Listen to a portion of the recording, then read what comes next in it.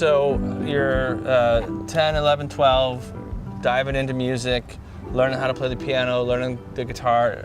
Did you learn the guitar around that time as well? Yeah. And so transition that into your early teenage years and the experiences that you had, specifically here in Wheeling, and how that got you to, at 17 was it, when you got hired to do to be the band leader? Which is crazy. Yeah, it's crazy. Looking back now, I totally appreciate that. Yeah. Well, the first time I played in public was absolute disaster, and a very humiliating one. I was asked to play at a PTA meeting at grade school. Okay. I'm in 5th grade. All right. They asked me to sing This Land Is Your Land. It has 4 verses, long verses. Not a chorus, everything's a long verse. Yeah. Like a hymn. Exactly, it's like a wordy hymn. A good one. Yeah. But that wasn't a song I was performing at the time. So my naivete says, oh, I got this. I sang the first verse, which everybody knows the first verse. Top of the second verse, I totally choked. 3 of the cutest girls in the school are sitting in the front row, and it absolutely, it annihilated me. I can't believe I ever seriously considered doing it again. Yeah. It was that kind of humiliation. But so what happened? Did you forget the lyrics, or? I walked off. I totally bombed and walked off and sat behind the stage until the whole meeting was over. Now everybody in the meeting's like, what's he doing? He's up there sitting behind the stage. It's a little school, you know. The second time, though, that I performed was in a 4-H talent show, and it just went gangbusters. So it more than made up for the, it was crazy. That's and then, great. so I started playing it. Anytime anybody would ask me to play, I would say yes. Yeah. I met a guy the other night, and I'm so glad this happened because I've been trying to remember this. I opened a grocery store one time. I mean, I played crazy, like ridiculous gigs, everything. Sure. Never said no. Right. But I said, was it in the fresh vegetable and produce aisle? He said, it was. And people came through and like, what's this kid doing playing a Wurlitzer piano in the vegetable aisle? But, so I'm playing those kind of things. That eventually graduates to country music parks. That was an animal in those days. And this is all like right here in Wheeling?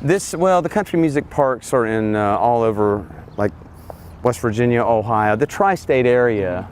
This part of West Virginia we're in is a little thin panhandle, they call it, and Ohio's over there and Pennsylvania's over there. The whole time, though, it's funny, my dream was to get on this show. Right. Because every week, the Wheeling Jamboree, because every week there would be a national star. In those days, it was thriving, you know. So you're touring around regionally. Yeah, regional dates. Your folks are taking you around. Yeah. And I auditioned once for the Jamboree and didn't make it, you know. But I was playing the show in Columbus. It was at an old theater there that was broadcast on the air, and one of the pioneer acts from the 1930s from the Jamboree was playing the show that night. Oh, cool. What's his name? Doc Williams. Okay. Doc Williams. He saw me playing the piano, doing what I do, and he asked me to go on the road with him playing piano. Wow. This was 1977. You were 17. Okay. Yeah. So I go on the road with him, which basically meant riding in the back of their van with he and Chickie. His wife's name was Chickie. She had a #2 Billboard hit in 1936. Wow. So they were veterans, man. Yeah. They took a comedian with them. I met these old vaudeville comedians. So it's just an amazing experience. Yeah. Well, sure enough, when he played the Jamboree, I got to finally be on that stage, and I played piano with him. The beginning of the next year, I was out sled riding one day with the neighborhood bunch, and I hear my mom calling my name out the door, kitchen door. Yeah. She said, Jerry Brightman's on the phone from the Jamboree. I'm like, what? I pick it up. He said, hey, could you come up? Could you come up and substitute today? Yeah. What time you want me there? So I do, and I play it very safe. Yeah. Not a lot of flash. Yeah. Just bumping rhythm back there.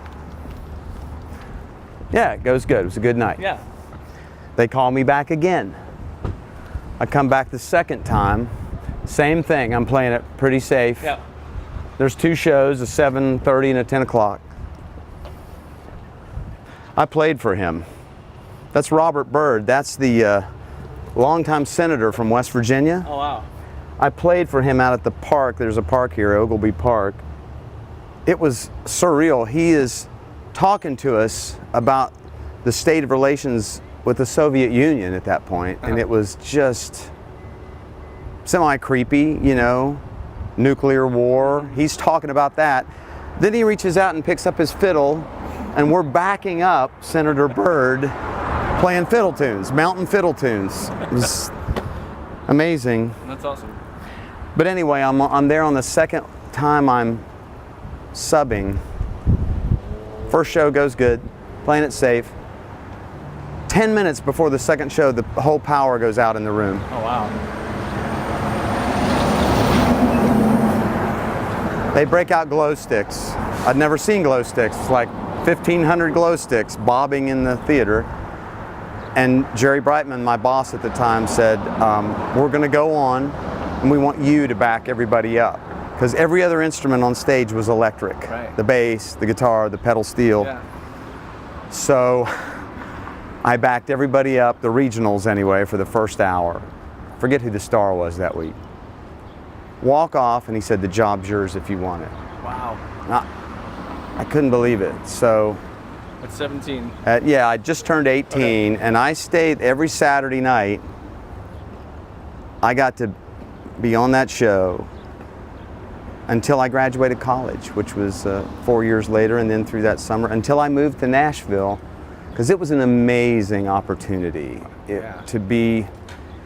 I always said when there was a red light, I don't know if it's still there, but when the red light went on, it was really, it heightened everything. Yeah. It was an elevated, like, don't screw this up. Yeah. Because people are listening on the radio, they're recording it to play after.